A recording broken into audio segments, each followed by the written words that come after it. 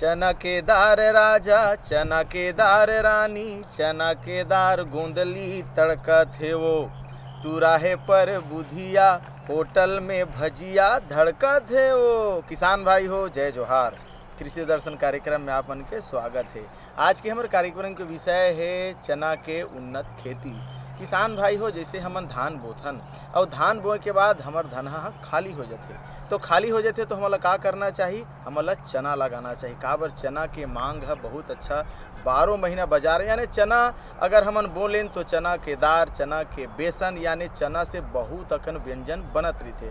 तो किसान भाई हो, चना के खेती ला करना है ना, तो एक बार जानकारी होना चाहिए कि कैसे ला जमीन के तैयारी करना चाहिए, कौन से वेराइटी ला बोना चाहिए। पहली किसान भाई मन का कर दे छिड़क के बोदा, लेकिन छिड़क के बिल्कुल नहीं बोना चाहिए। अब का हो गया हवा कि ओनारी के ज़माना आगे हवा, कुड़ी नांगर के ज़माना आगे हवा, और कुड़ी नांगर से एक एक ठन बीजा हा जमीन के अंदर में जाते, ओल में जाते और बिल्कुल भकले जाम जाते। तो ये बात के भी जानकारी रखना चाहिए। और का विशेष बात है, आओ एकरो बारे में हम विस्तृत जानकारी लें।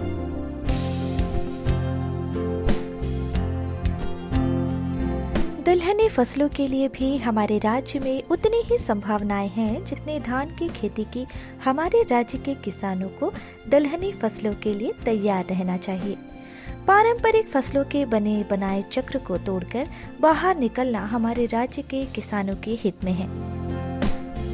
हमारे राज्य की भूमि दलहनी फसलों के लिए भी सोना उपजाने वाली है और दलहनी फसलों की मांग और बाजार भाव धान से कहीं ज्यादा ही रहता है। कृषि के जानकारों और कृषि वैज्ञानिकों के द्वारा भी रबी के मौसम में छत्तीसगढ़ के किसानों के लिए चने की खेती की सिफारिश की जाती रही है। छत्तीसगढ़ में रबी फसलों की जब भी बात होती है तो दलहनी फसलों में से चना का महत्वपूर्ण स्थान है। इसकी खेती यहाँ पर सबसे ज़्यादा क्षेत्र में की जाती है। धान की कटाई के बाद हो या सोयाबीन की कटाई के बाद हो, चने की खेती एक महत्वपूर्ण स्थान रखती है यहाँ पर। और इसका सबसे प्रमुख कारण यह है कि चने की खेती यहाँ के लिए लाभदायक है। फिर भी हमने विभिन्न ज़िलों में जो सर्वे किया हुआ है, राज्य के आंकड़े हैं, उसके हिसाब से चने का उत्पादन लगभग 10 से 11 क्विंटल प्रति हेक्टेयर प्राप्त होता है, जो कि एक प्रकार से काफ़ी कम है। यदि इसकी वैज्ञानिक तरीके से खेती की जाए, अच्छे से खेती की जाए, तो इसकी उत्पादकता जो है 20 से 25 क्विंटल प्रति हेक्टेयर तक प्राप्त की जा सकती है। इस प्रकार हम देखें तो अच्छी तकनीक, उन्नत तकनीक, अनुशंसित तकनीक, इन सब को अपना के यदि हम इसकी खेती करते हैं तो इसकी उत्पादकता को दुगुना करने तक की इसमें क्षमता है। तो यह फसल छत्तीसगढ़ की जलवायु के हिसाब से बहुत ही उपयुक्त है। इसकी खेती मुख्य रूप से काली मिट्टी वाले क्षेत्रों में, खास करके बेमेतरा, राजनांदगांव, कवर्धा, दुर्ग, बिलासपुर, इन क्षेत्रों में इसकी खेती व्यापक रूप से की जाती है और किसान भाई इनकी खेती कर अच्छे से लाभान्वित हो सकते हैं। चना अपने हर रूपों में बाजार को आकर्षित करता है। हरा चना चना बोट के रूप में धड़ल्ले से खरीदा जाता है, वहीं उसके दालों के लिए बाजार तो गर्म है ही। चना स्वाद के लिए ही नहीं परंतु स्वास्थ्य की दृष्टि से भी महत्वपूर्ण होती है और दाल की मांग हमेशा ही बढ़ती रहने वाली है। जैसा कि सर्वविदित है कि छत्तीसगढ़ की मुख्य फसल धान है और यही कारण है कि इसे धान का कटोरा कहा जाता है। लेकिन इस प्रांत के जलवायु विविधता के चलते दलहनी जैसे चना, मटर, लाखड़ी, उड़द, मूंग, कुल्थी, झुलगा, मसूर और अन्य तिलहनी फसलों के लिए भी हमारे राज्य की भूमि उपजाऊ है। चने की फसल को ऐसी भूमि में जहां उच्चहन धान या लघु धान्य फसलें ली जाती है, वहां वैकल्पिक फसलों के रूप में बोई जा सकती है। फसल विविधीकरण में किसानों के इस प्रयास को अहम स्थान दिया जा रहा है। छत्तीसगढ़ प्रांत की जलवायु विविधता को देखते हुए फसलवार दलहनी और तिलहनी फसलों की अनुशंसा इंदिरा गांधी कृषि विश्वविद्यालय रायपुर से की गई है, जिनकी खेती करके अच्छी उपज प्राप्त की जा सकती है। चने की वैज्ञानिक तरीके से खेती करने के लिए अच्छा उत्पादन प्राप्त करने के लिए कुछ चीज़ों को ध्यान में रखना बहुत ही ज़रूरी है। जैसे सबसे प्रमुख चीज़ है उन्नत किस्मों का चुनाव। अच्छी किस्में जो होती है, प्रमाणित किस्में जो छत्तीसगढ़ के लिए अनुशंसित है उसमें लगभग 15 से 20% ज़्यादा उत्पादन देने की क्षमता होती है। इसलिए किसान भाइयों को सबसे पहले प्रमाणित किस्म का चयन करना चाहिए, उन किस्मों का चयन करना चाहिए जो यहाँ की जलवायु, यहाँ की मिट्टी के हिसाब से अनुशंसित है। तो यह सबसे बहुत ध्यान देने वाली बात है। इसके बाद बात आती है इसके शस्य प्रबंधन की। तो इसके बाद आता है कि इसके बुआई का समय क्या हो। बुआई का समय सबसे ज़्यादा महत्वपूर्ण है। इसकी बुआई नवंबर महीने तक पूर्ण कर लेनी चाहिए, जिससे अच्छा बढ़वार के लिए तापमान और समय मिल पाता है। देर से बुआई करने पर चने का बढ़वार प्रभावित होता है।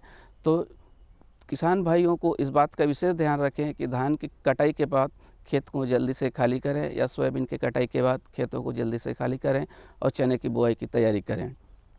इसके साथ साथ बीजों को पर्याप्त मात्रा में बोना बहुत ही आवश्यक है। चने की खेती के लिए लगभग 90 से 100 किलो प्रति हेक्टेयर बीज की आवश्यकता पड़ती है। तो पर्याप्त मात्रा में बीज बोएं जिससे कि पौधे की संख्या जो है प्रति हेक्टेयर जो संख्या है वह पर्याप्त मात्रा में मिल पाए और पौधों से उत्पादन अच्छा प्राप्त हो। इसके बाद बात आती है बीजोपचार। जब भी चने की बीज की बुआई करें तो बीजों को उपचारित करना ना भूलें। इसके लिए फफूंदनाशक जैसे थेराम या कैप्टान से बीजोपचारित करें। इसके बाद राइजोबियम और पीएसबी 2 जीवाणु कल्चर होते हैं, इनसे भी उपचारित करना चाहिए। राइजोबियम और पीएसबी से उपचारित करने के लिए 5 से 10 ग्राम कल्चर की आवश्यकता होती है। प्रति किलो बीज के हिसाब से इसको उपचारित करें। इस प्रकार उपचारित बीज को छाया में ही रखना चाहिए, इसको बिल्कुल ही धूप में न सुखाएं और उपचारित करने के तुरंत बाद बुआई का कार्य प्रारंभ कर देना चाहिए। वैसे इस प्रांत की वर्षा स्थिति पर गौर किया जाए तो 80 से 90% भाग खरीफ में होने के साथ साथ रबी मौसम में भी वर्षा होने की प्रबल संभावना रहती है, जो द्विफसली खेती को सफल बनाने में मदद करती है।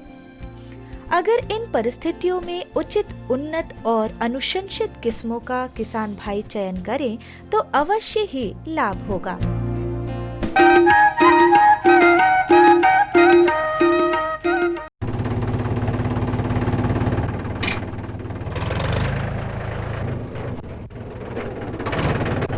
अरे हरकू वाह, बीज, कीटनाशक और आज खाद भी। अरे इतना खर्चा कहाँ से? अरे खर्च की चिंता किसे है, मेरे पास है ये किसान क्रेडिट कार्ड। कार्ड? अरे बैंकों द्वारा जारी इस कार्ड से किसान उसकी सीमा तक की रकम कभी भी बैंक से निकलवा सकता है और खेती बाड़ी की सामग्री कभी भी खरीद सकता है। तो हरकू भैया एक कार्ड मेरे लिए भी। किसान क्रेडिट कार्ड के लिए नजदीकी बैंक से संपर्क करें और पाएं ढेर सारे लाभ। मेरे साथ बोलो ए बी। अरे नादान, बच्चे को एबीसी सिखा रहा है। अरे काम धंधे की एबीसी तू कब सीखेगा? ये देख विज्ञापन। तेरे जैसे कृषि विज्ञान सीखे हुए युवाओं के लिए भारत सरकार के कृषि मंत्रालय ने एक योजना बनाई है, ACABC। ACABC? जी हाँ, ACABC यानी एग्री क्लिनिक्स और एग्री बिजनेस सेंटर। इसके तहत कृषि विज्ञान पढ़े युवाओं का चयन होने पर उन्हें मुफ्त ट्रेनिंग दी जाती है और हाँ, अपना कारोबार चलाने के लिए बैंक से लोन भी मिलता है। इसके साथ ही अगर युवा अपने इलाके के किसानों की खुशहाली के लिए उन्हें खेती बाड़ी व अपने कारोबार से जुड़ी लाभदायक जानकारी देते रहेंगे तो उन्हें लोन पर 36 से 44% तक की सब्सिडी भी मिलेगी। तब तो मैं जरूर सीखूंगा काम धंधे की ABC। शाबाश, चलो अपनाएं स्वरोजगार, खेती में हो विकास अपार। आप किसान भाइयों की खेती बाड़ी से जुड़ी हर समस्या का कृषि विशेषज्ञों द्वारा तुरंत समाधान। किसान कॉल सेंटर। आप भारत के किसी भी प्रदेश में रहते हो, कोई भी भाषा बोलते हो, आपकी समस्या चाहे फसल की बीमारी की हो, खाद की, पशुपालन की या कृषि से जुड़ी नई तकनीक की, अपनी समस्या का अपनी ही भाषा में समाधान पाने के लिए आप देश के किसी भी कोने से डायल करें 1551। विशेषज्ञ द्वारा आपको दी जाने वाली ये सलाह बिल्कुल निशुल्क है। ये सुविधा प्रातः 6 बजे से रात्रि 10 बजे तक निशुल्क उपलब्ध है। किसान कॉल सेंटर यानी 1551।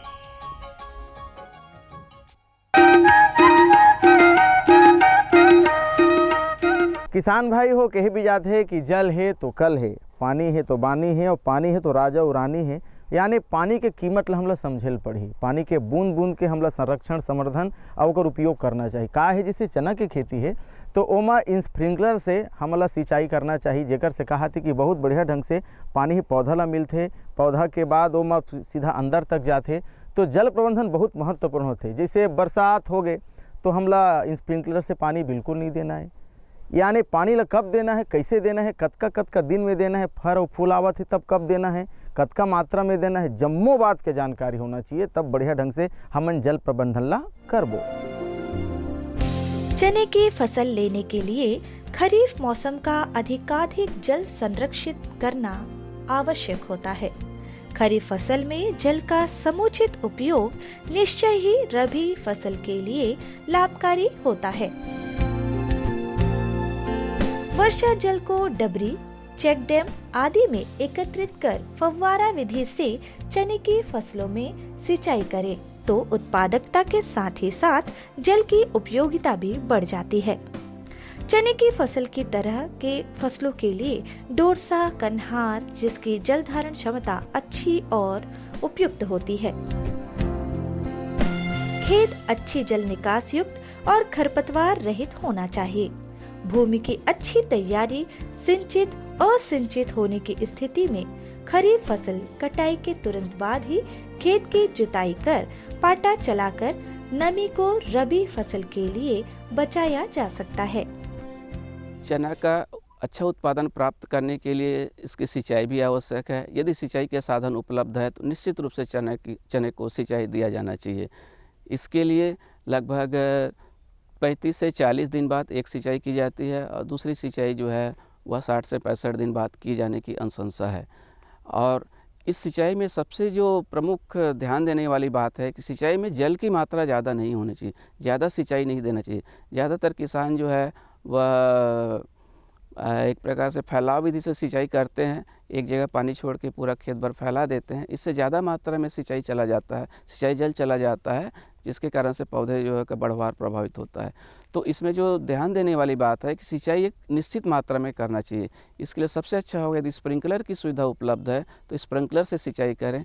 इससे बिल्कुल ही नियंत्रित मात्रा में सिंचाई जल चने के खेतों में जाता है। और लगभग यदि सिंचाई पंप में अच्छा दबाव है तो लगभग 1 घंटे का सिंचाई 1 एकड़ में देना चाहिए। 1 घंटे तक लगातार यदि स्प्रिंकलर चलाते हैं तो निर्धारित मात्रा में जो जल की आवश्यकता है वह पूर्ति हो जाती है।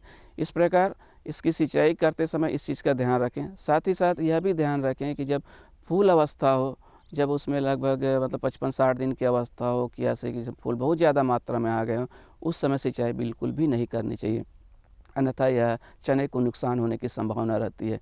तो सिंचाई का कार्य फूल आने से पहले और फली बनते समय संपन्न करना चाहिए। तो ये 2 अवस्थाएं हैं। इस समय यदि सिंचाई नियंत्रित रूप से की जाती है तो उत्पादन अच्छा प्राप्त होता है। यदि उतेरा बोनी करना हो तो बीजों का छिड़काव खड़ी फसल में ही धान फसल कटाई के 15 से 20 दिनों के पहले किया जा सकता है।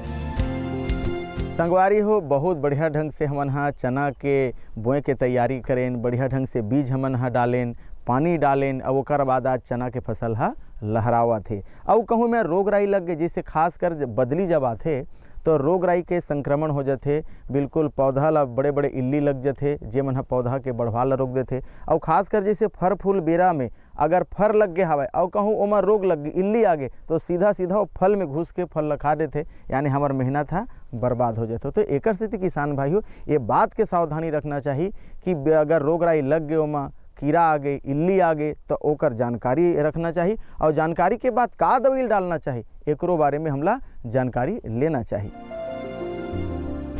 चने की फसल को विभिन्न अवस्थाओं में नुकसान पहुंचाने वाले कीटों को मुख्य रूप से 2 भागों में बांटा जा सकता है।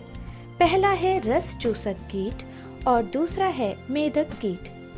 रस चूसक कीट के अंतर्गत फल्ली बग, फल्ली और मतकुण कीट आते हैं। मेदक कीट के अंतर्गत चने की इल्ली और चींटीदार फली मेदक। चने की फसल में हानिकारक कीटों के साथ ही साथ विभिन्न प्रकार के मित्र जीव प्राकृतिक रूप से पाए जाते हैं, ये मित्र जीव हानिकारक कीटों के ऊपर अपना जीवन निर्वाह करते हुए हानिकारक कीटों की संख्या को बढ़ने से रोकता है। इन परजीवी और परभक्षी मित्र जीवों के साथ ही साथ विभिन्न प्रकार के सूक्ष्म जीव हानिकारक कीटों के उपज बीमारी फैलाते हैं, जिनसे रोगित कीट मर जाते हैं।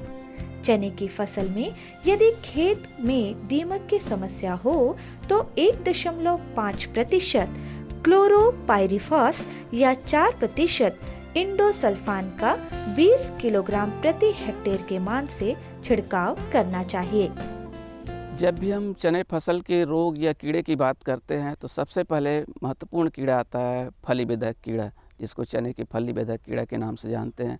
यह बहुत ही नुकसानदेह कीड़ा है। फसलों के फलियों को छेद करके अंदर घुस जाता है और वह दाने को खाकर पूरे को ख़त्म कर देता है। तो इस कीड़े के नियंत्रण के लिए बहुत ही ज़रूरी है कि हम समय समय पर इसका नियंत्रण करें। सबसे पहले तो हम इसके बायोलॉजिकल कंट्रोल या फिर बोलें जैविक तरीके से नियंत्रण की जब बात होती है तो उसका भी उपयोग करना चाहिए। खेतों में लगभग 20 जगह पे खूंटी गाड़ लकड़ी की खूंटी गाड़ देना चाहिए। इन खूंटियों पर चिड़िया आती है और इन इल्लियों को पकड़ के खा जाती है। तो इस प्रकार हम बिना किसी अतिरिक्त खर्च के अब इस प्रकार से इल्लियों को नियंत्रित कर सकते हैं। इसके अतिरिक्त फेरोमोन ट्रैप भी उपलब्ध है बाज़ार में। इसका भी उपयोग करके हम जो है चने की जो इल्लियाँ हैं उसकी जो नर इल्लियाँ होती है उनको हम इकट्ठा कर सकते हैं।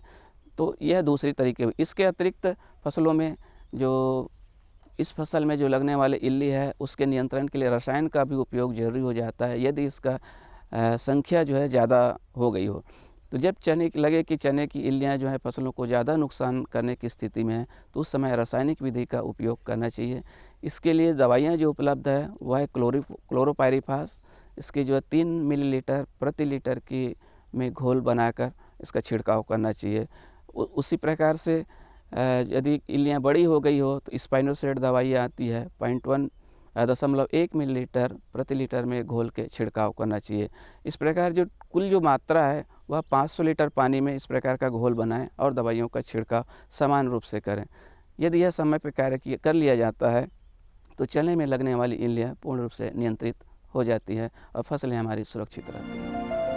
चने की फसल में लगने वाले कीटों और उससे जनित रोगों से बचाव के लिए कई तरह की विधियों को सुनिश्चित किया गया है, जैसे यांत्रिकी विधि, जैविक विधि और रासायनिक नियंत्रण विधि। चने की फसल में लगने वाले उकटा रोग का प्रकोप बुआई के 1 माह बाद से दिखाई देने लगता है। इससे पत्तियां पीली पड़ जाती हैं और पौधा धीरे धीरे मुरझाकर सूख जाता है। मुख्य जड़ पर काली भूरी धारियां बन जाती है। फाड़ कर देखने पर सफेद रंग की फफूंदी दिखाई देती है। इस रोग से बचाव के लिए निरोधक किस्में जैसे JG74, JG315, अवरोधी भारती, श्वेता, विजय, वैभव आदि को लगाया जाना चाहिए। जिस प्रकार दूसरे फसलों में भी अच्छा उत्पादन प्राप्त करने के लिए पोषक तत्व या उर्वरकों का उपयोग आवश्यक है, उसी प्रकार चने के लिए भी अच्छा उत्पादन प्राप्त करने के लिए पोषक तत्व बहुत ही उपयोगी है। तो इसके लिए जो उर्वरक की मात्रा है वह है 20 किलो नाइट्रोजन, 60 किलो फास्फोरस और लगभग 20 से 25 किलो पोटास की आवश्यकता पड़ती है। और ये पूरी मात्रा जो है वह चने की बुआई के समय ही खेत में दे देना चाहिए। तो एक ही बार में पूरी जो मांग है वह पूरी हो जाती है। उसके बाद चने को जो पौधों की जो आवश्यक है बढ़वार के लिए जो आवश्यक नाइट्रोजन की आवश्यकता होती है वह पौधों के जड़ों में पाए जाने वाले ग्रंथियों से निर्मित होती है और पौधे स्वयं अपनी आपूर्ति कर लेते हैं। तो इस चीज़ का विशेष ध्यान रखें कि चने में जब भी उर्वरक देने की बात हो तो वह बुआई के समय ही डाल देना चाहिए। इसके बाद भी यदि किसान भाई कई जगह देखा जाता है कि बुआई के समय किसी कारण से उर्वरक का प्रबंध नहीं कर पाते हैं तो वैसी स्थिति में लगभग जब पौधे 40 से 45 दिन का हो जाए उस समय 1% उर्वरक का घोल 19-19-19 एक उर्वरक आता है, उसका घोल का छिड़काव 1% का घोल बनाएं, उसको छिड़काव करें तो चने में जो पोषक तत्वों की मात्रा की पूर्ति की जा सकती है और उत्पादन अच्छा लिया जा सकता है। बुवाई के पहले बीज को थायरम या कैप्टॉन 0.3% से उपचारित किया जाना चाहिए। चने का दूसरा प्रमुख रोग है कॉलर रॉट। इस रोग में प्रभावित पौधे मुरझाकर मर जाते हैं, जिसमें पौधे की जड़ सूख जाती है, जहां पर सफेद रुई के समान फफूंद दिखाई देते हैं। इस रोग से बचाव के लिए निरोध किस्में जैसे C1234 या P1453 का चयन करें। बीज का बुवाई से पहले बीजोपचार करें। चने की फसल के माध्यम से फसल विविधीकरण को अपनाए जाने की सलाह कृषि वैज्ञानिकों द्वारा समय समय पर दी जाती रही है। चने की भाजी की भी हमारे राज्य में अच्छी मांग और खपत है। चने की भाजी से भी किसान भाई अतिरिक्त मुनाफा कमा सकते हैं।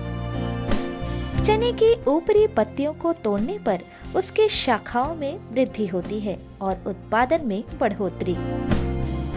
चने के उत्पादन में बढ़ोतरी के साथ ही हमारे राज्य में दलहन फसलों के माध्यम से समृद्धि के नए मार्ग प्रशस्त किए जा सकते हैं।